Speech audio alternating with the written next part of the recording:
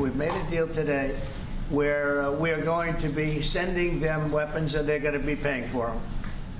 The United States will not be having any payment made. We're not buying it, but we will manufacture it and they're going to be paying for it. As you know, we've spent $350 billion approximately on this war with Russia and Ukraine, and would like to see it end. It wasn't my war, it was Biden's war. It's not my war. I'm trying to get you out of it.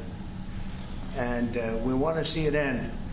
And I'm disappointed in President Putin because I thought we would have had a deal 2 months ago, but it doesn't seem to get there. So based on that, we're going to be doing secondary tariffs if we don't have a deal in 50 days. It's very simple. And they'll be at 100%. And that's President Trump meeting with NATO's Secretary General Mark Rutte at the White House yesterday, announcing a deal for European allies to buy billions of dollars in American weapons and then distribute those weapons to Ukraine. The president expressing even more frustration with Russia's Vladimir Putin and threatening a 100% secondary tariffs on any country that buys oil and does trading with Russia if a peace deal is not reached within 50 days. Countdown is on. Joining me now is the Foreign Minister of Italy, Antonio Tajani.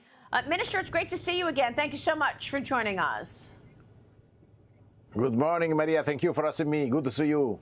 You too, Minister. I know that you had a long meeting with Marco Rubio, and I'm going to get to that meeting with the U.S. Secretary of State. But give us your reaction to what President Trump has done here. He's getting real frustrated with Vladimir Putin. He wants an end to this war, and now he's done this deal with all of the NATO members to buy the weapons from the U.S. to send them to Ukraine. Your reaction? Maria, we want to achieve peace, but we need to convince Putin. Now the only one solution is to send strong messages to Russia. Sanctions, tariffs, and we need to protect Ukraine. We need to send weapons. Italy and Europe, we are sending weapons with America, and for this we need the only one strategy for the protection of Ukraine, for achieving peace. But without a strong message to Putin, it's difficult to start with the negotiations between Putin and Zelensky. This is our goal. Peace is the final goal, but in this moment we need to push hard for achieving these results. I totally agree with President Trump. We need to be strong in this moment.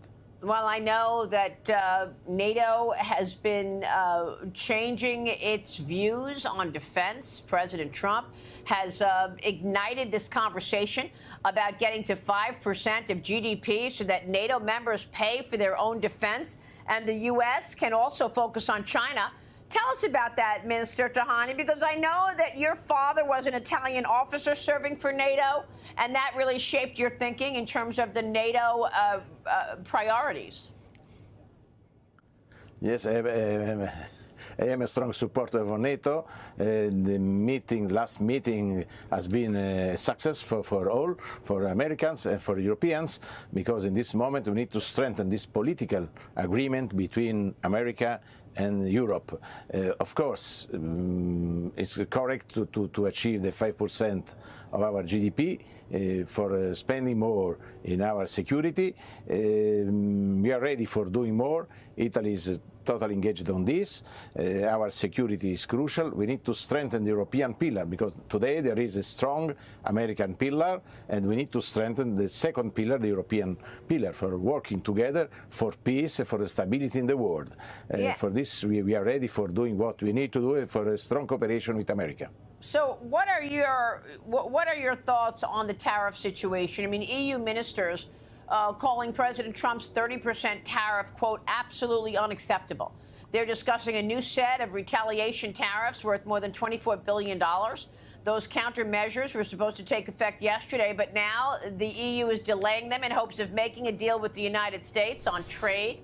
The president sent a letter to EU President Ursula von der Leyen writing this: the United States of America has agreed to continue working with the European Union despite having one of our largest trade deficits with the EU. Nevertheless, we have decided to move forward, but only with more balanced and fair trade. Minister Tajani, what do you want to see in terms of trade between the EU and the U.S.?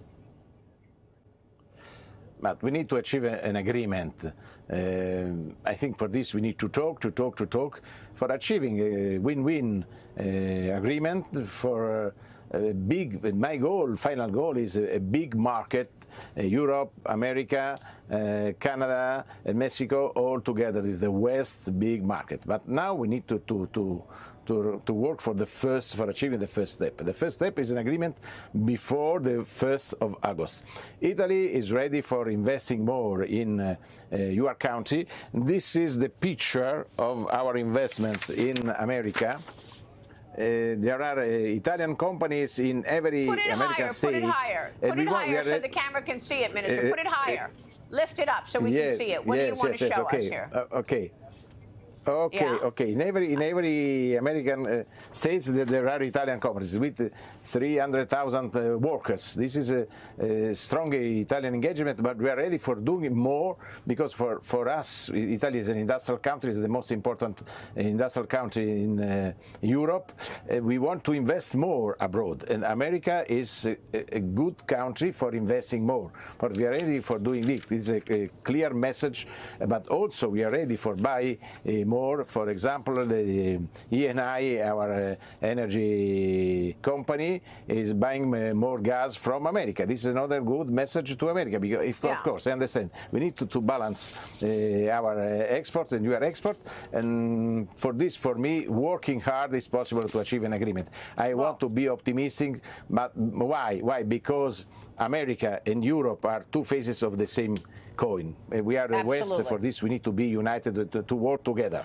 Yeah, it's a great point. And the truth is, Minister Tajani, the U.S. and Italy have a great relationship. I'm just wondering if your colleagues in the EU feel the same. I mean, look, you met with Secretary of State Marco Rubio on multiple occasions, Italian Prime Minister Giorgia Meloni visiting the White House back in April. The two nations are strong together. And the relationship with Italy is only getting stronger.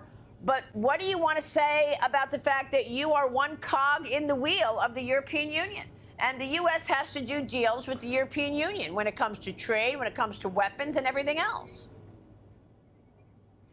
But I think America is our best friend in the world. For Italy, it's important to strengthen the bridge between Roma and Washington.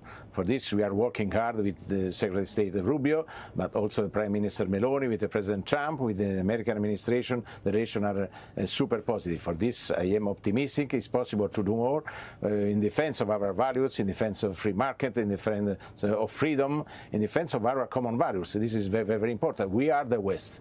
For this, we need to work all together, and not only in Europe, not only in America, but also in the Indo-Pacific region, in Africa, in the Middle East, for achieving peace, for achieving good solutions. And we are ready for doing what we need to do, for helping your proposal and for being protagonists with you for peace, stability and growth in the world.